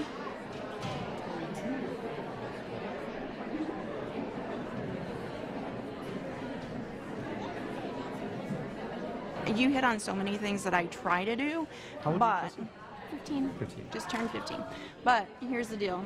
I've heard it from her now and from my youngest son who's 26, and I think I do try to always find them doing good things and try to build on that, but both of them have said, no matter when I come to you, it always turns into lecture. Like, this is, you know, if you do this or if you do that, remember, you know, I, in my mind, am thinking I'm trying to help them through something really stressful. Something always ties into education or being a super good person, almost like I have to be super perfect. And that's kind of the pressure I feel. I love her and I know she wants the best, but sometimes I feel like I have to be this perfect person. I didn't realize that that's how I was coming off. What I felt like you were saying is, like, if you're trying to keep them from making mistakes, as long as it's not going to kill them or hurt them in a serious way, then I shouldn't necessarily try fix to save everything. them or fix it. That's correct. She has to be able to make her own mistakes, but safety is inviolable. She will never be allowed to get into a car with drunk people. If you have to chain her to a chair, you do not do that because that is life and death. So you do not let her make those mistakes. So if it, what? But I'm saying in general. I know, I'm saying in but, general. Okay, but I'm glad She you don't treats do it that. like I am sometimes. So she treats things There's like a it little feels bit like of a it- history there. So, So you know, I'm trying to find where is the right footing Right. to give her the space because she's made wonderful, huge improvements. I mean, huge improvements, you know, but where do it's hard for me and also for my son, where do I say it's okay now? It's okay to not try to fix everything. Okay, so break things into categories. If it's about safety, you have to fix it, you have to protect if it's a real safety issue. If she requests going out a certain night and she has come up with all the plans to assure safety, guarantees you of those plans, allows you to monitor her, even if it was like against your normal rule because it breaks curfew or it's good to say yes. It means you are the lighthouse on the shore, right? Which means you're protecting kids from crashing against the rocks, right? You're the lighthouse on the shore, meaning that as they ride the waves, they can say, hey, there's a stable figure. I know there's someone watching me and protecting me, but they ride the waves nonetheless. You're not out there in the ocean. They're in the ocean, but you are the lighthouse. And when you are flexible and responsive, like when she demonstrates responsibility, you're flexible and you go, okay, all right, you've earned that. Then she learns to keep talking. And that's what you want, is her to keep talking. Like, that's how it is with my mom. My mom might not have made the best choices with me, but my mom is always someone I can go to and be like, dude, this happened. My boyfriend is being a total asshole. I need you. Like, I need you to come and talk to me. Come take a drive. Come walk with me. I want to scream and I want to shout, and you're my mom, and I want you to tell me it's okay. I've fibbed a few times to get my way, but now I think our relationship is really good, and I can tell her everything and anything that happens to me. And I don't feel nervous or feel the need to lie. So she said something really, really powerful. Her mother may not have had all the answers, but she created a space where she was open for listening. And that was the best part of your relationship, I'm guessing, is that she had this space where you can be you and you were always listened to. You have many answers, so I'm guessing your life is a little bit more together, but you're in your attempt to respond, what you're doing is you're what's called catastrophizing. So, Mom, I got a C on this test. Well, we're going to move then. If you catastrophize, kids stop talking to spare your feelings. And my instinct, my just instinct right here without knowing you, is that that's what's going on. There's obviously love, there's obviously communication. I'm like blown away that you can have this conversation with a stranger. So you obviously have communication down, but your level of caring is making you a little bit reactive. No, kind of. Reactive. And the reactiveness is shutting her down. And she couldn't have put it more clearly right now. So you're going to give her instructions. Auntie Joe, this is what I need now. I need to vent. I need advice. I need protection. Then you're going to follow. When she needs to vent, then your only response should be, I'm listening, darling. I'm listening. And then when she's done venting, after she blows off the steam, then you can talk about the next steps, but not till she's done venting. Thank you so much. Yeah. Thank you. It was wonderful to meet you.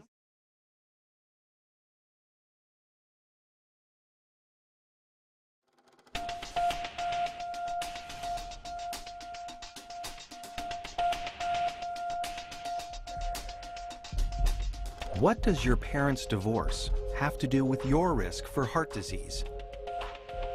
If your mother had a drinking problem when you were growing up, are you more likely to suffer from depression as an adult? Here's what you should know about ACEs. ACEs stand for Adverse Childhood Experiences, extremely stressful events that can happen to a child growing up. Some experiences are so stressful that they can alter brain development, as well as the immune system, increasing the risk of lifelong health and social problems in adulthood. The term comes from the Adverse Childhood Experiences Study, landmark research that shed new light on the root cause of everything from stroke and liver disease to substance abuse and mental illness. In the late 1990s, an epidemiologist from the Centers for Disease Control and a preventive medicine doctor at Kaiser Permanente set out to understand the association between childhood experience and lifelong health. They asked over 17,000 people in the Kaiser Health Plan in San Diego about their health history, as well as difficult questions about their experiences growing up.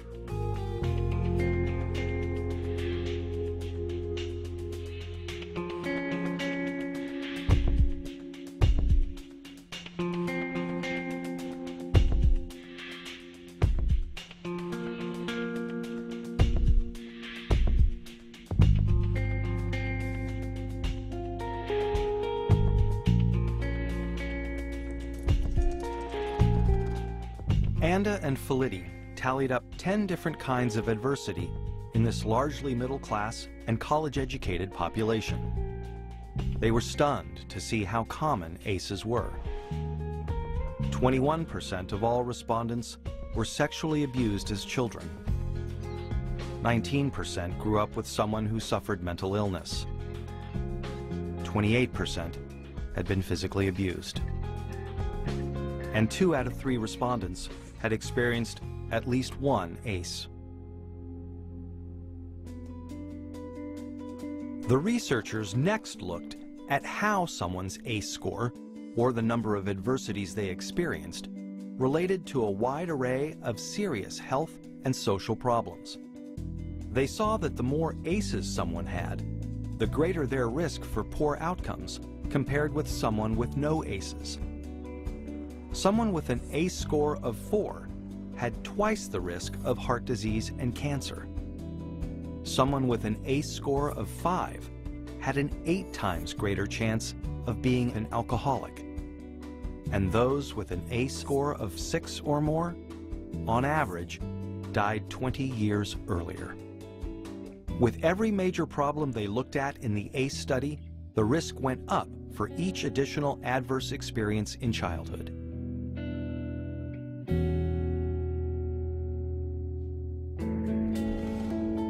As Dr. Robert Anda says, what's predictable is preventable. It's important to remember that ACEs are not destiny. ACEs are a tool for understanding the health of a population as a whole. For individuals, an ACE score can be a tool for understanding their own risk for health and social problems, and empower them to make changes for themselves and their children. ACEs tend to get passed down from generation to generation and are common across all income levels, races, and cultures. But increasingly, people of all different professions and backgrounds are coming together to discuss how ACEs affect their communities. They're finding new ways to treat and prevent ACEs. Many doctors are starting to screen their patients for ACEs as part of their medical history. More schools are becoming trauma-informed, considering the source of problem behavior when disciplining their students, instead of immediately suspending or expelling them.